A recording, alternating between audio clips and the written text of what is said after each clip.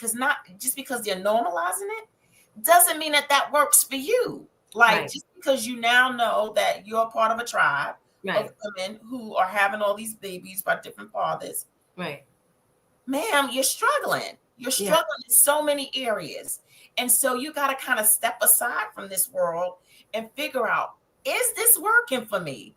Mhm. And what does it mean for me? Why am I feeling all these different emotions? Why can't I get it together? Why can't I reel it in? So you might need to get some professional help to help you to be able to slow down and Yes. figure out what you need to do for you, what's going to be best for you and Yes. these babies that are here, and how are you going to start making lemonade?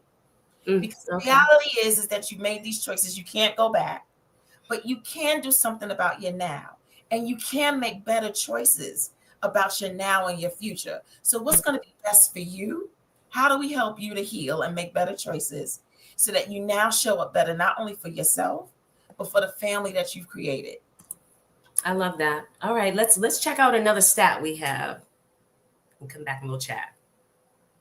Okay, a study found that 72% of women with children from multiple fathers report experiencing high levels of stress. This stress is often the result of financial strain, lack of support, and challenges in co-parenting. Hmm. Women with multiple children from different fathers often experience social stigma, which contributes to higher rates of depression, anxiety, and feelings of isolation. Research shows that 67% of single mothers report feeling stigmatized by society, which can affect their mental health. Hmm.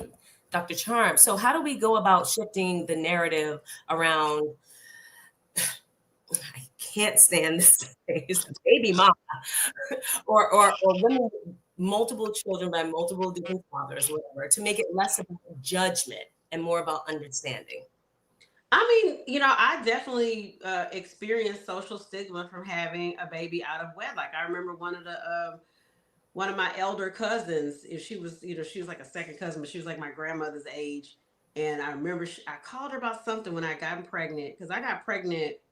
Uh, it's my last year of college, and I literally was 9 months pregnant when I was going to get my diploma. So they had to help me across the stage. And so, and so people were like, oh my gosh, she's gotten pregnant. She wants to go to medical school. She wants to do that. Where'd you go? And I remember a family member said, well, you should have thought about that before you had that baby. And I just thought, I said, so you'd rather me go and abort my child and kill my child? I mean, for people who have abortions, I'm not judging them, but that just wasn't my path. And there was a level of shame that I felt. And I was happy. I was ecstatic to become a mother. Mhm. I mean, it was the most wonderful thing. I never thought I was having to do it without a husband, but I enjoyed every last freaking minute of it. And my child just Mhm. graduated college.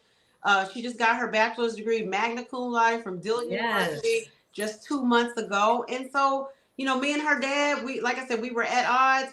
But now, I took his hand and I said, we did it. And we watched her cross that stage.